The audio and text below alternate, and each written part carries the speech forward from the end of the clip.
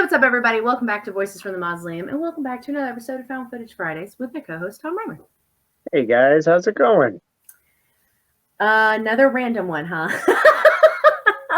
I don't think I'd ever heard of this movie anywhere before. You mentioned that you were watching it, and I don't think I ever heard of what this movie is about until you told me. Yeah, I was on a found footage kick this past weekend. And I was like, I'm going to watch all of these things. And yeah, so the movie we're talking today is a film called The Dybbuk Box, the story of Chris Chambers. This is streaming right now on Tubi, so you can watch it, which is where I watched it. It has a 4.2 out of 10 on IMDb. That's the only thing I can see that it's rated on. The short synopsis is, after seeing videos of Dybbuk Box openings trending on YouTube, Texas resident Chris Chambers orders a Dybbuk Box from the dark web and opens it on live video. The results are near fatal, and his condition grows progressively worse. And this is, so I didn't know what a Dybbuk Box was. That's what I was referring to before. Yeah. Before you told me about this movie. So I didn't even look it up. I just started watching the movie and I sort of learned that way. But a Dybbuk Box is a thing that you knew about even before this movie, right? Okay. Yep. Yeah. They're, I'm actually kind of fascinated by them because you can legitimately buy them. I'm not going to, but you can legitimately buy them. But what I think my introduction to Dybbuk Boxes is the film with Javier Bardem called, I think it's Javier Bardem, The Possession. And he opens one in that movie? His daughter does. He has a young daughter, and they go like, not thrift shopping, like a yard sale. And there's this weird box outside this house, and she's like fascinated with it because it's really pretty. Like the box looks nice. It's not like is it called the same thing in that movie? A Dybbuk Box? Yeah. Yeah. Oh wow. Okay. A Dybbuk is a type of demon. Okay. Yeah. That wants to possess the living and makes life very scary and dangerous. And so in that one, whoever opens it is the one that it inflicts all of the stuff on. So the little girl figures out how to open it, of course, and then you actually would really like that one. It's pretty good. I think it's even like PG-13. It's not even like a, but I think it's Javier Bardem. Sounds awful. I always get him and Jeffrey Dean Morgan mixed up because they look like an older version of each other. So I always mix them up, but I think it's Javier Bardem. But I do recommend that one. That one's pretty good. I liked it. But that was my introduction. That was years ago. But that was my introduction to the Dybbuk Box. Okay. Yeah. Yeah, well, I didn't know anything about it. But one thing that I thought I might immediately like about this movie was that I've said before, I love it when you get a director, a writer, the actor is all the same person. So they're like a triple threat. Yep. This was another one of those, similar to the M. Night Shyamalan sort of thing. They're all over the movie. We recently saw this at Holes in the Sky, I think. That guy did it all. And I'm really impressed by that. Even before you see the movie, you know anything else about it. To me, that's already, just starting out of the gate, really pretty impressive. So. Yeah, and I love the YouTube trending thing. I thought that was kind of a cool way because we've seen a few different content creator ones, but this was like an online not dare, but challenge. It's like an online challenge, and that kind of made it unique, and I was interested. And I'm like, people really do things like really open up their lives to like possibly scary things happening. Like, I guess depending on what you believe in, but like, I would never do that. I would never, ever do what this guy does in this movie.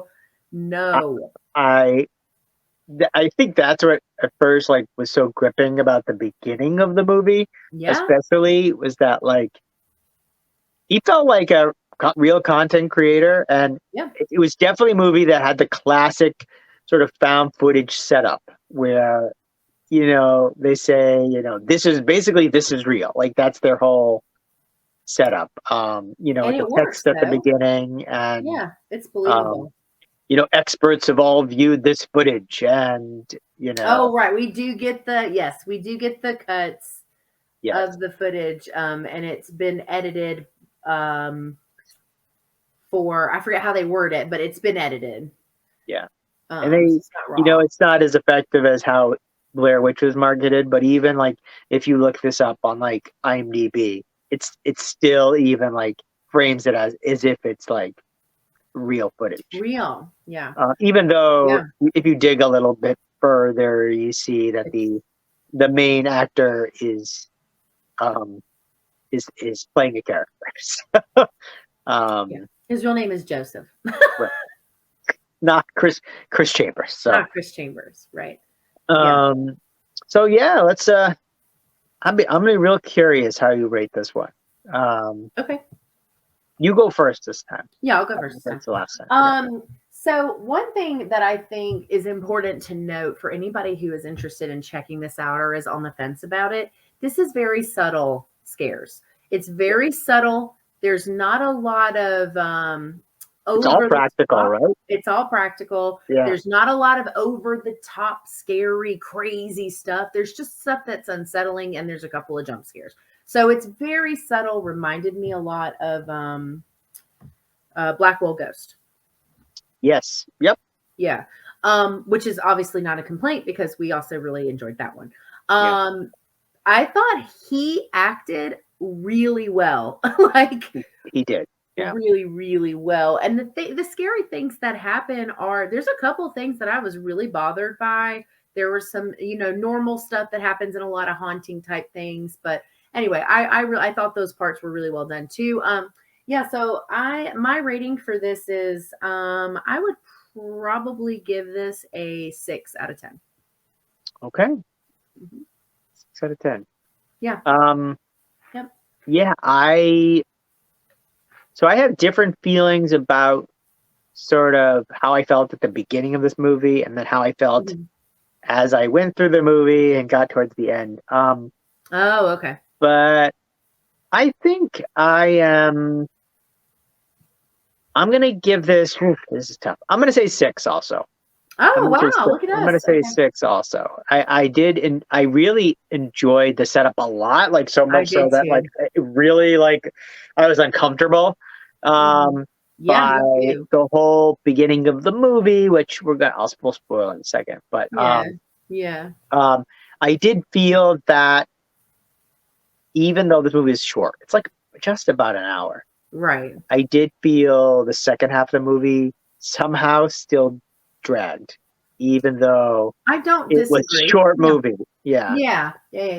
Like there was a lot of, it's like the opposite of the movie we just reviewed in our previous episode. I felt like there were a lot of shots that were very drawn out and you're just like watching nothing happening, waiting for something to happen.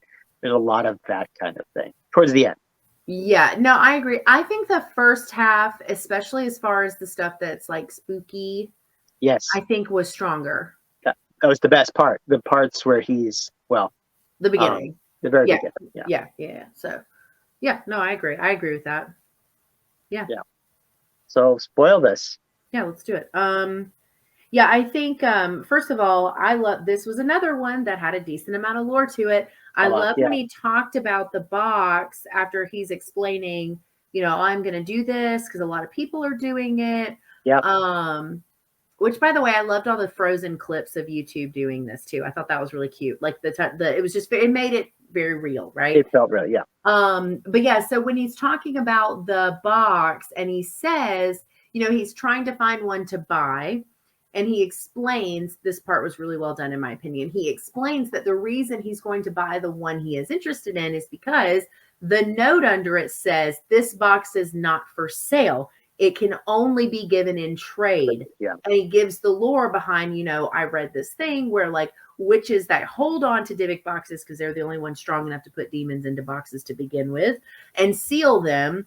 The only way to obtain a Dybbuk box is a real one is for someone to gift it to you or to make a trade. And so that was why he's like, oh, like that's why this entry piqued my interest, because it's not just a box on sale for whatever price point. And I thought that was really nice because that felt like a really natural way to give more information on how Dybbuk boxes work. Oh, yeah. Which I really appreciated. Didn't feel forced, but for someone like me who had no idea, like never heard the word before, that was really helpful. In understanding this. I felt like all of that stuff and a few things that happened after that really one of the most effective things that ever happens in a found footage movie is when you find yourself questioning, like, oh, like this isn't real, right? Like, I know. You know what I mean? Like, these movies are not real. But like, honestly, I went to IMDb and I was like, I just had to see like that this guy was an actor. You know what I mean? Like, because it was that sort of unsettling at the beginning. It felt like it was borderline, could have been, sort of a real setup.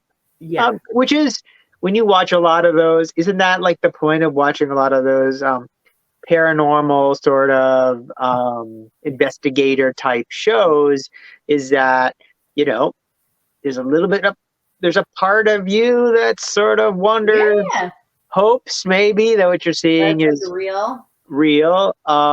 So I definitely had that sort of like feeling at the beginning, not hopes, but like wondered, not real, legitimately wondered, but like it was so well done that like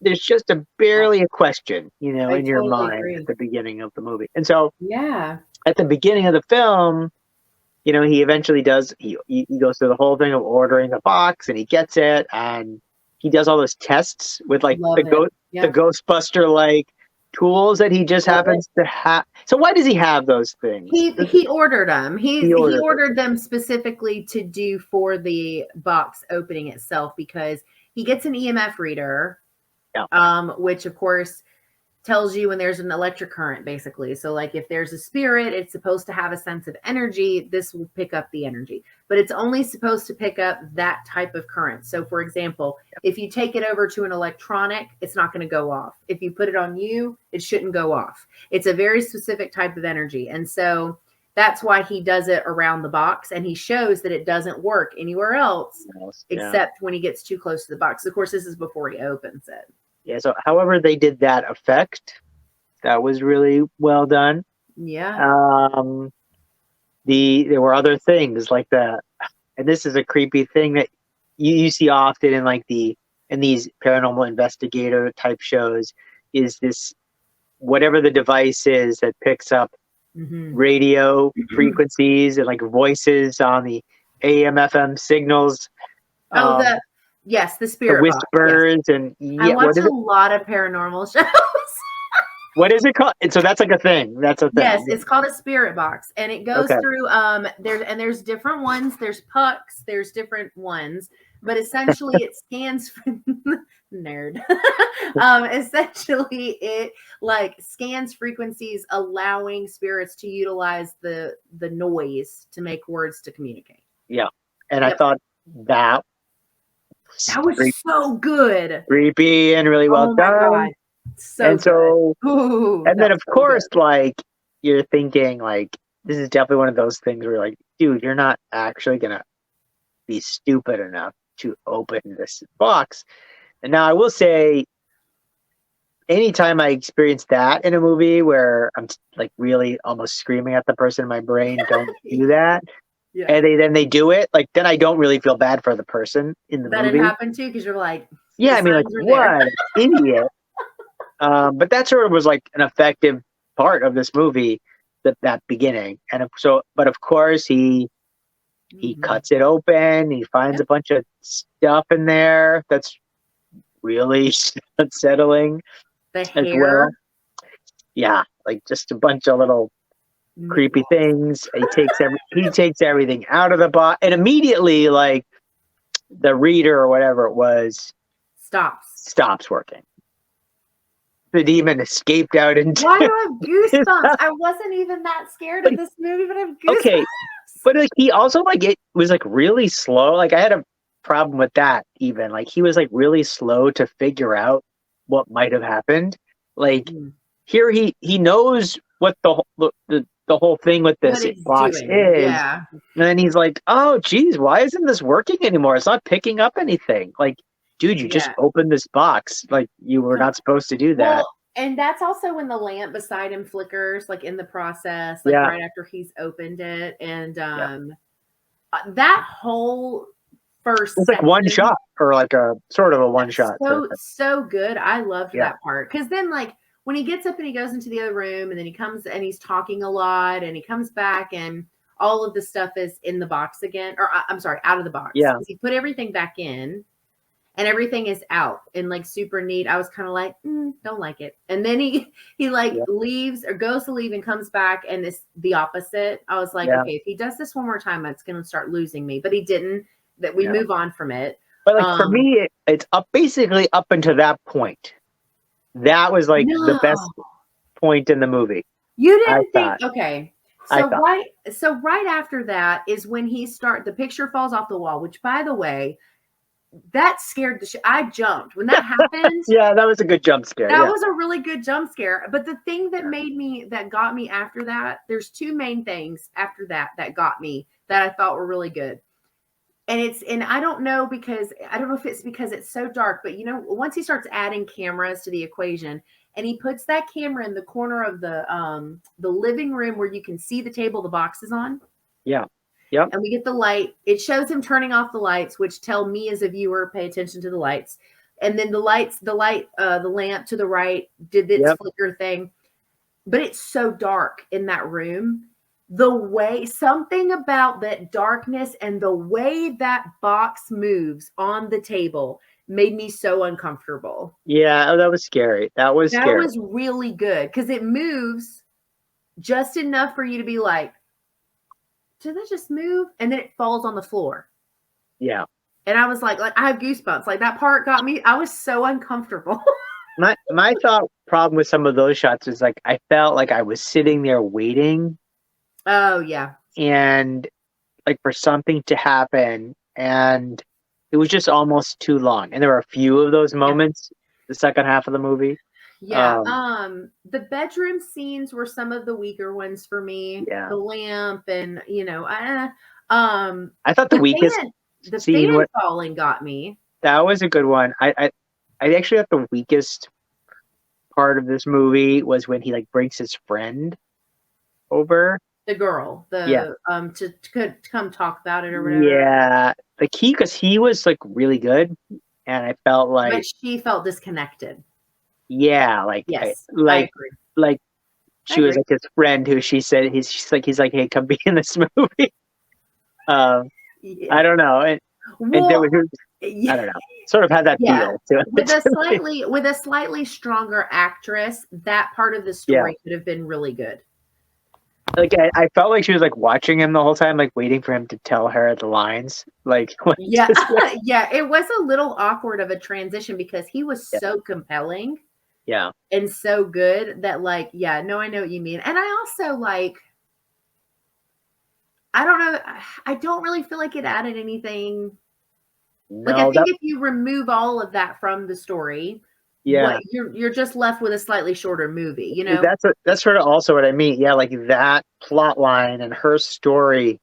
I don't know. There was some, you know what I mean, stuff to her childhood, like it had nothing to do with this story. And why would that demon know the demon from? I mean, I don't know. Maybe all the demons know each other. I don't know. They're all friends. Well, you know what I was expecting? I was expecting it to be the same one that she dealt with. Like that would have worked. And then to tie it in by the witch that he bought it from, she'd be like, "Oh, where did you get this from?" And he's like, "So and so." And then she would be like, "Oh my God, that's my grandmother," or something crazy. Yeah, like that. Where it like connects together. Yeah. Because no, but she's just like, I don't want to talk about this anymore, and leaves. That's it. And then we get the words to read. Which you know what? And because if they had gone that route, it would have been really unsettling if she says, "Well, who was the shadow I saw in my room?" And it said, "Me." That would like that would have been scary. Much scarier. That would have been scary because then now you've gone full circle and you're like, how is like it just, but anyway, that part was a little bit weird. then you get to the end of the movie, and I'm not exactly sure what was happening to him. I don't know if he was getting possessed He was, or yeah. he was getting possessed. Um, there are a lot of shots of him just like sort of like slowly walking around Walking the house. around. Like he That looks part like did he just got out of bed, you know, like that part too. I did that glass was pretty like, ooh, though. yeah. But a lot of shots of him just like in front of the camera, like rubbing his face and like He's out of it and yeah. yeah, like Well, uh, and I'm thinking too, this is a kind of a small complaint, but I do watch a lot of paranormal stuff, a lot, like a lot. you I've don't even say. done my own ghost hunting, like Yeah, a lot. And so I feel like, he did so much research on Dybbuk boxes to know that yeah, he witches did. trade them, yada. Obviously he should have also read that the goal of a Dybbuk is to possess a human body. And I say that because then Huh. that should have led down the rabbit hole of what does demonic possession look like? Because he's like, I don't know why I can't sleep. It's oppression. It's literally stage 1 of demonic possession. Like you can find that in any Google search. They talk about it in the Conjuring movies. Like it's really like that was my only thing because I felt like the other story lore parts were so strong. And then he was like, and it's kind of like what you were saying about I don't know what's going on. It's like, but you did all this research. That was one thing that did kind of bug me towards the end because he's literally like, well, I don't know why this is happening. It's wearing you down so it can take over your body. And Like he's that's sort of how it like works. he see there is a suggestion that he does know that could happen because he's like I'm going to put on these rubber gloves when I open the box. Right. And I'm like, okay, I don't know anything about this, but I have to assume if there's something wants to possess you, It's not if it going through can't your get in through fingertips. your fingertips, it can just like go in another part of your I body. kind of felt like he was just being kind of like, okay, this is what everybody on the internet's doing, so I'm gonna I do guess it. Is so. like a kind of, But I mean, like like he knew people were saying these things could yes. possess And you. that's the thing So is like once we start getting into the stages of demonic possession, I was like, he really doesn't know that he's being oppressed. Like that's what happens.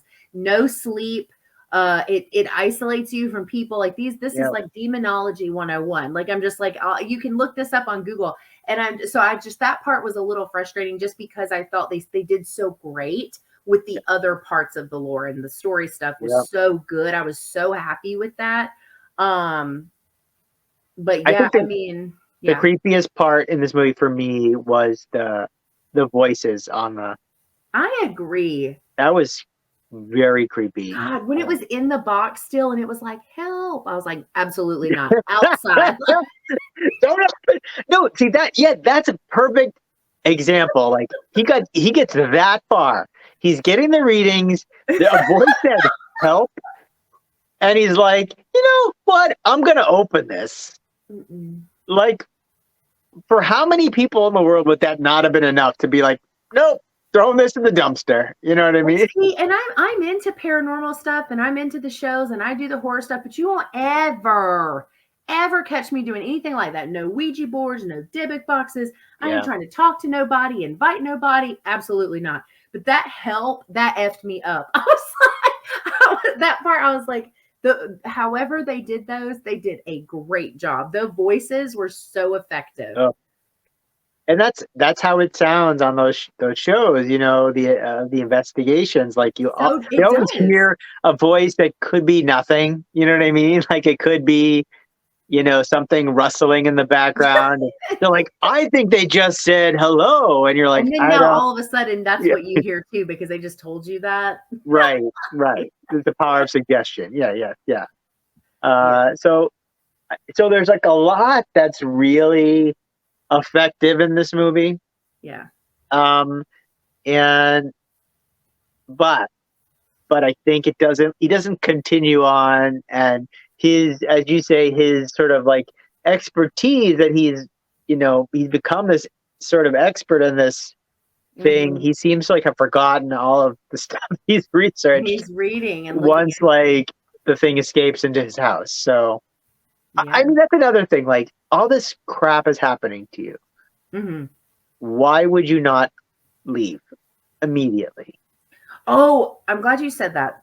two things. One, because it's going to follow you. But also, the other thing is, Okay. speaking of following, that part when he took the EMF thing, Yeah. and he's like doing it and Oh, it's yeah. working, Yeah. and then he gets up and it stops, and then it Yep. started again. That actually was really creepy. I thought That that was was really creepy.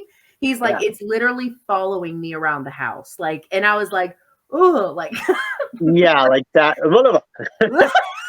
There was that movie, like without there being like any body horror or like anything like overt. There was no gore or anything, no but gore. there's still were like those like Like moments. this, and that was one of them for me. Because I Yeah, was wondering, because yeah. he starts out on the sofa chair or whatever by the front door, and he's like, oh, watch this, and he does it, and I'm like, that's because I'm thinking, I'm like, that's because you're possessed, duh. But then he gets up and he walks away and it stops, and I was like, oh my god, it's gonna start beeping again in a second, and it did, and I was so uncomfortable. That part gave me goosebumps. I was like, absolutely not, like, Yeah, that was really, really, really well done. Like, this was definitely an absolutely not movie. Like, I like.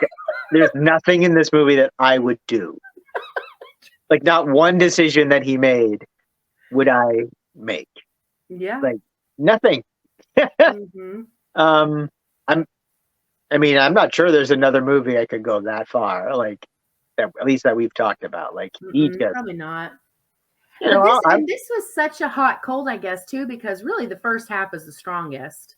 yeah. And then, you know, the ending is the storyline for the ending was not the weak part for me. I was fine with the concept of like not really getting like a resolution. He got really sick after or whatever because he's possessed.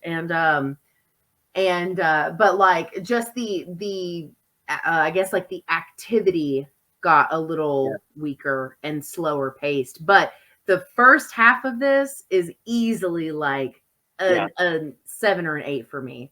Same. But combining the two, it just goes down just a little bit. But I really liked this one. I never heard of it. It was just a random find on Tubi. The second half of the movie felt more like a Bad Ben movie. You know what I mean? Like one of the, not the first one, maybe the second or the third. And that's also in that I can almost picture this guy having filmed this movie all by himself without a crew, and I don't know if that's what he did. I think he but did. Like, I'm pretty sure he could have done all this by himself, which is why I think of Bad Ben, because I'm pretty sure that guy he did literally everything. Yeah. No, that's fair. So this was a surprise, and there's not one other person I can think of that's talking about this movie. You're the only one that has seemed to have discovered it. And that's weird because I try to post when I'm watching stuff on mostly Twitter, sometimes Instagram, mostly Twitter. And there's a girl, a young woman rather, that follows me. And she commented and was like, this has actually been on my watch list for a while. I just haven't like gone back to it. And I was like, that's crazy. I was like, I've never even heard of this. And so I commented back later and told her, I was like, I actually really enjoyed it. You should watch it. But Tubi recommended it because Tubi's where I watch most of my found footage. Yeah. So I was literally going through the row of recommends for whatever for found footage. And I'm going. And like I said, I'm fascinated with Dybbuk boxes. So I was like, And I looked up when it came out and stuff, but I didn't watch like a trailer. I don't even know if there is a trailer. I didn't go into it super, super blind, but I wanted to look it up because I didn't want to watch a waste of something that I wasn't going to enjoy. And I ended up really liking it. How new is this one? Oh, I'm sorry, I forgot to say at the beginning. It is 2019. It's okay. It's not that old. All right. No, although that feels like last year, but it wasn't. I know. I guess it is a while ago now. Yeah. It is interesting that this is so. I mean, because we have definitely watched a lot of movies that are a lot worse than this one, that are a lot more talked about. This one and the museum project from last week. This one is good. I mean, like I had my complaints, obviously, but I think like at its core, this is a really solid found footage film. Yeah. Yes. Especially the first half. The first half had me really uncomfortable. Yeah. It's an icky sort of feeling. And the part where he takes the glass and bashes it. Yeah. I think the only thing that I can think of other than blood that would have made that more impactful as a viewer is if it hadn't taken so long to get to it. And then there's all that, like what you were talking about with the lingering after, because I was like, it's the same thing as what you were saying. You're just kind of watching and you're waiting and you're waiting and you're waiting for something to happen. And he drinks the water and he slumps over. And I'm not sure what I'm looking. I'm not sure where this is going. And sometimes sometimes there wasn't anything to see either. No, you're absolutely right. Especially the scene after that in the living room. Nothing happens. He like opens the door, closes it. Yeah. Which I guess was like the demon getting used to the human body. That's like the only thing I could come up with.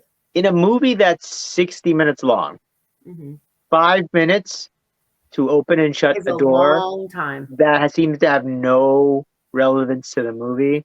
And then you add in the scene with his friend that probably was like 10 minutes long. Yeah, so this could have been a 45 minutes. Yes, it could have. Like the museum project. Yeah. Yeah. Yeah. Well, yeah, this is this definitely fits a shorter format, I think, unless you were to really dive into more lore type things or more over the top like scary stuff. That's the other way you could have done this movie. Like they could have taken all of that further. And now that we've talked about it, the witch being related to the friend, now I'm like kind of sad that's not how it went. Because I was like, that would have been cool. Like if that demon had changed from that little old lady soft voice to me, like when she asked who is that would have scared me so bad. And I literally thought that's what was going to happen. I thought it was. I thought that's why the friend was there. It was supposed to be connected, I thought, yeah. They were like, oh, you've experienced this thing when you were asking about, tell them about what you experienced as a kid, and then had like nothing to do. Yeah, I thought it was going to be missed opportunity. Yeah, missed opportunity. But I did really enjoy the first half, and he's a phenomenal actor. Like he did so great. Yeah, he is. Be curious what else they do in the future, especially if they stick with found footage. Absolutely. Yeah, I think he's made. I think I looked him up. He's made some other movies. So that weren't found footage. I don't think found footage based on the titles, but I could be wrong. Okay. Yeah. Well, cool. Well, check it out on the Dybbuk Box. It's on Tubi as of right now. And yeah, that's all I have. Let us know what you think. Yeah. And if you have recommendations, as always, put them in the comments below. Because I don't know we don't know what we're watching next. No. But we always need new recs. Always. Yes, always. So, and so hope you guys have a great rest of your Found Footage Friday. Have a good weekend coming up, and Tom and I will see you next week. See you next week.